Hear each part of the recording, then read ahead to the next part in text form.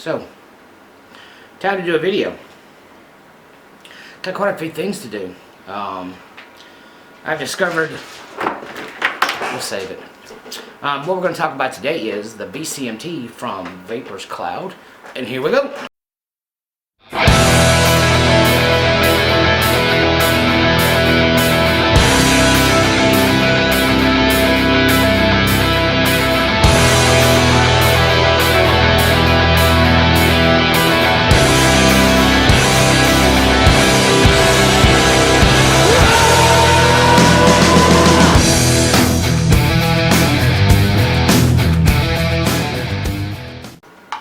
So, start out with a vape. On here, I'm using some Riot Wire 20 gauge. I've got it set to it's a dual wrap of, like I said, Riot Wire 20, 3.5 millimeter drill bit, 7 wraps, 0.09 at 120 watts.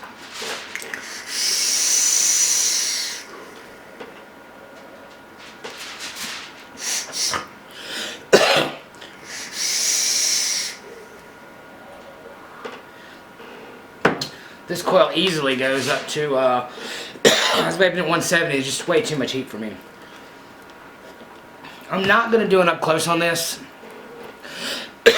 I imagine if you're to the stage that you're buying something like this, you know the basics, how to roll a coil, you know what a velocity deck is, you know what a juice channel is.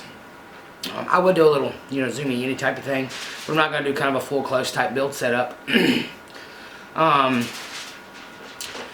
I'm just going to throw it out there. I don't know if the rebuildable tank can be done any better than this. The juice channels are massive. I don't even use the juice control, the flow control ring. I'm a part of their Facebook group, the VaperzCloud Society, I think. There are guys on there doing 200 watt plus vaping with this and using the flow control ring. I personally don't use it. I'm sure for people who want an extra level of protection or something, I'm sure it'd make them in handy. I don't even put my juice or my wicks all the way down the channel. So to start, this comes in two sizes, 25 millimeter and 30 millimeter. And it holds a crap ton of juice. I mean, lots of juice. Well over 5 mils in the 25. I would say probably 8-ish. Plus on the 30. Plenty of juice, more than any other, I guess of the TFV4, the Crown, all of those, and this is a completely different class of thing. Price on these is very reasonable, $69. And basically what you've got, I'll do just a tad up close. Inside here you've got a velocity style deck, with some, and you can see them right there, some massive, maybe 4 millimeter wide juice channels, and there's 4 of them going all the way around.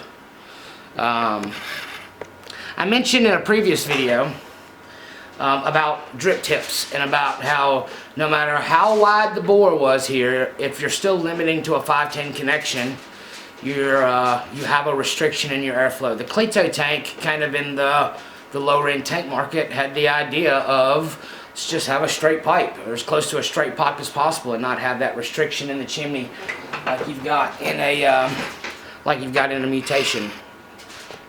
I love the mutation. I think it's a great deal, but you're still limited to the 510 bore. So no, it doesn't matter that there's 12 millimeter air holes here on the side.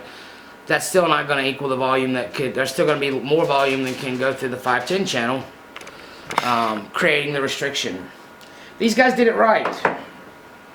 The bore hole on this is very large, and if you look down in it, that chimney is not, and it does have a built-on top cap. Comes in stainless and Delrin to allow for the top fill, but that hole, the reason it doesn't have a 510 drip tip is because it didn't want the restriction that a 510 is going to have there.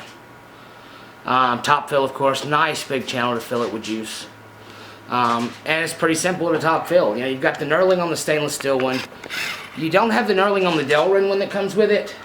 That's a bit of a pain in the butt to get off sometimes, especially if you wrench the top down tight.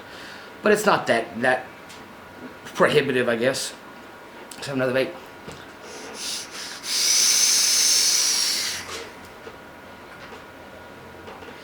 Just goes and goes and goes and goes and goes. Now, let's talk a little about some mistakes that I made. I kind of got into this style of tank in the Mutation X tank. Similar concept, except for this does not have, it's got I think a 3-post design versus the Velocity style design. Maybe a 4-post design, I'm not sure, I haven't reviewed it. I don't remember, it's been a while since I built it.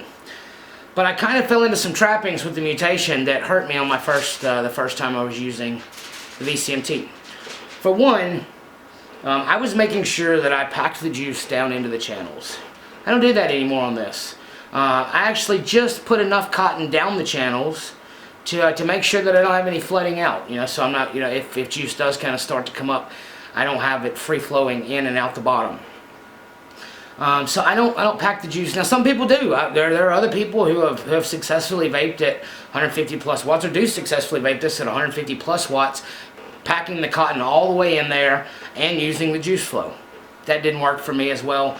But the biggest thing that I fell in that is 3 millimeters, 3.5 millimeters. 3 millimeters is really about as much as you're going to get in a Mutation. I've heard people say 3.5. I can't get a 3.5 in a Mutation. Now, we'll move up to this. When I first got this, the girl that I got this from at Cloud9 in Oxford, Mississippi, she put a 2.5 millimeter coil on this. I found that with that coil, with the and putting just enough cotton down the juice channels to make sure that they had cotton in them but were not over full, I found that I was only getting 70 watts that I was successfully vaping at. So I posted a message up on the VaperzCloud Society Facebook, trying to figure out what I was doing wrong, and it all come down to that 2.5 millimeter coil. The general consensus is 3.5 millimeter is the absolute minimum that you want to use in here to do higher wattage vaping. I will tell you, I was a bit of a squeeze for 3.5 millimeters. I got it in there, no problem, but I had to raise it a little, lower it a little. You know, I kind of had to fiddle with it a bit to get it, you know, just right, so that my chimney thing, the thing that goes over the coil, I don't know the technical name for it, to where that wasn't causing any sort of issue. I mean, 3.5 millimeter is a big coil to put in here. I've heard people say you can get a 4 in here. Now, I did use 7 wraps of riot wire, so that made a wide coil. I believe a 4 millimeter would work with fewer wraps, but 3.5 millimeters with 20 gauge and a really wide coil, it was getting tight. Maybe a 4 or 5 wrap in 4 millimeter probably would work, now that I think about it. But I absolutely, 3.5 is kind of definitely where you want to start at. So, you know, if you're into moving into this or getting something like this, I'm sure you know the Velocity deck. Velocity deck works phenomenal, and being a 25 millimeter, there's plenty of room in here. So if you have a 22 millimeter type Velocity setup, you're going to feel very familiar under the hood of this. It's I would say it's plenty of room. It's very similar to what you would see in a 22 millimeter just stripper.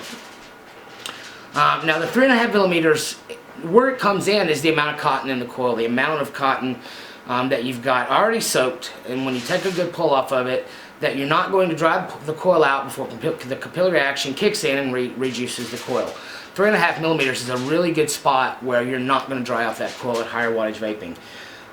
See, I don't even have my airflow open all the way. And it's got some massive, like, I think 12 millimeter air holes there. I've only got it open about 80% of the way. I have found where I'm vaping at 120 watts, or 117, where I'm vaping at 117, that gives me enough airflow to create the amount of vapor that I'm wanting to create, but the heat and the warmth, and I mean, almost kind of choking it down to give me some better flavor. Now, if I was to crank this up to, I was vaping it yesterday at 150, 160 just to see if it would, then I have to open that airflow all the way, because I'm pulling on it a lot harder to get, you know, kind of a competition grade type substantial vape. And it works great. I have not had any leaking out of this in the 2 weeks that I've been using it. It's kind of crazy. I'm a little disappointed that I've used this thing for 2 weeks, 2 weeks, before putting a 3.5 millimeter wick in it. because I was kind of the opinion it's only marginally better than the Mutation. But when I got a 3.5mm coil in it, I realized it is a dramatic step up from the Mutation. So if we look at kind of how we got to here, to this device, I think the rebuildable tank, and all of you will probably agree, it started kind of with the K-Fun. The K-Fun is the first one to sort of use this juice channel concept up into a build deck, where you got some cotton, soaks it up, you've got air coming from the bottom up the middle to stoke the coils and to bring the vapor up to the center. K-Fun was really, it might have been something before it, but the K-Fun I think was the first one that really did it right. Now then I kind of took a break from vaping, and I come back in a little later, and I'm still using the K-Fun. Actually, I still love my 3.1 K-Fun from back in the day. But then when I come back into vaping, I noticed we had the Aqua, and maybe you guys remember the Aqua. The Aqua took the K-Fun and made a really nice dual cool deck, and it had a perfect juice channel for a 3mm piece of silica wick, and so you had the 4 little juice channels. So I think, you know, that's where we went from kind of the dual deck, or the single deck, to a dual core deck that worked a little better. And then we moved from, with the K-Fun, 15-20 watt vaping to 30-40 watt vaping, kind of with the Aqua, maybe, you know, 30-40, in a dual core setup. I think the Mutation, you know, when you move from the Aqua up towards the Mutation again, and I kind of took a break there and enjoyed what I had for a while, the Mutation took what the Aqua did and did it a lot better. It gave you a lot, and this is what I was thinking about with the Aqua. If these juice channels were a lot bigger, and we had more airflow, there's no reason that, you know, with the capillary action the vacuum created in the chamber, that we could not vape at higher wattages with larger juice channels.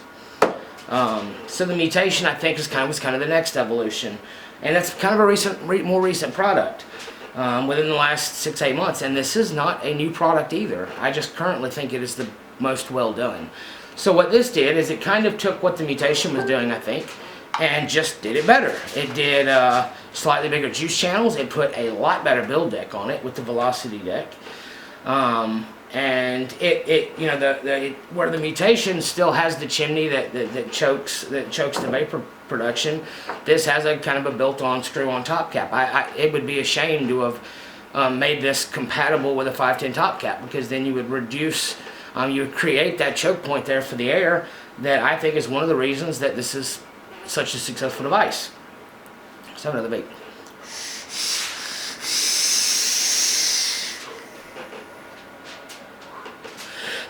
Takes that right wire a minute to heat up 20 gauge, I'm sure you guys know. So, you know, I asked myself, can this be done better?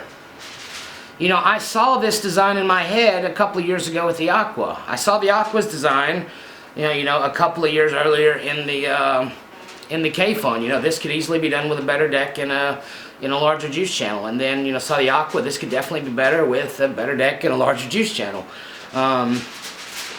I don't know that this could be done better with a better deck and a larger juice channel. You know, maybe a larger juice channel and you could hit crazy vaping, but you know, you're easily going to get to 200 with this with the proper wicking method. There's kind of a butterfly X pattern thing that you can trim the wicks and do.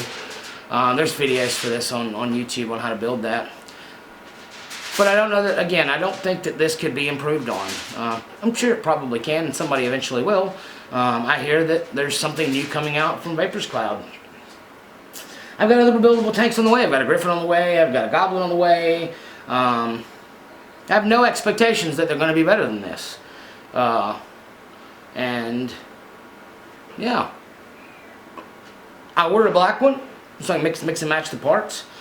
And I hope to see something better. There's no pre-built coils for this. That's a beautiful thing.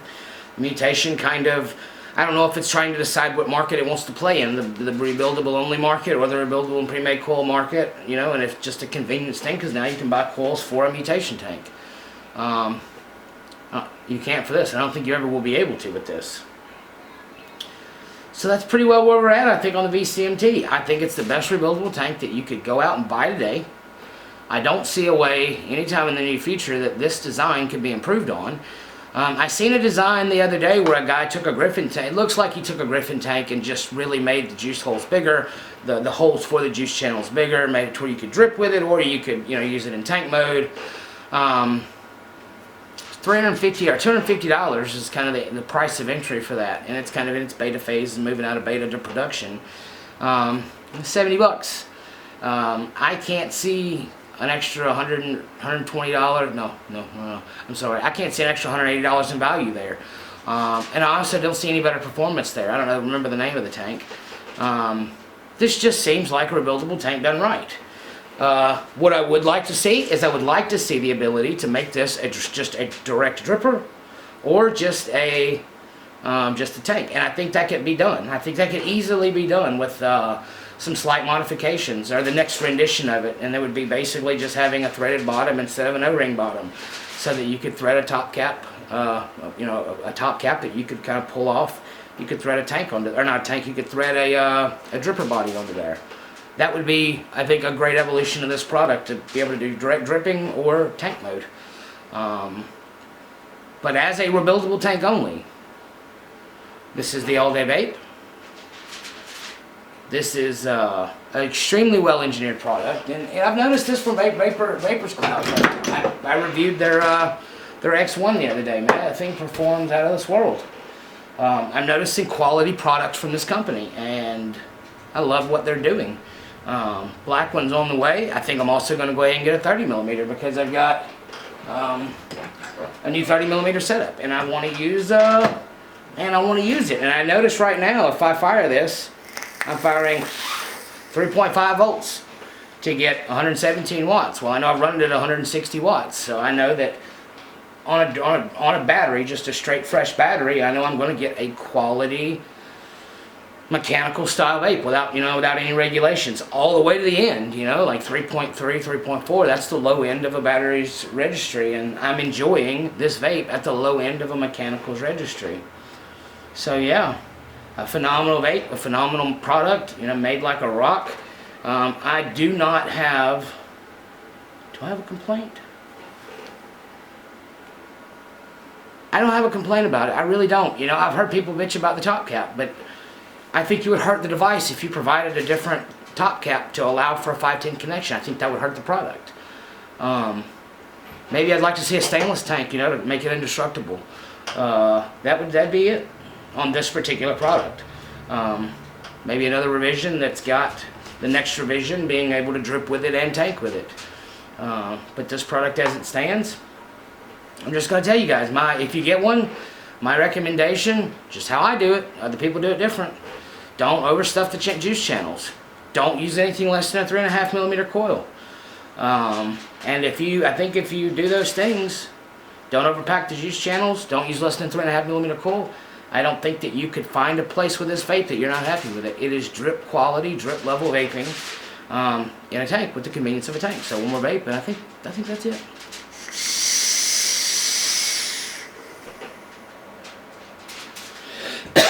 Jamie JC West. That's it. VCMT by VaperzCloud. Can't wait to see what they come up with next. See you again next time.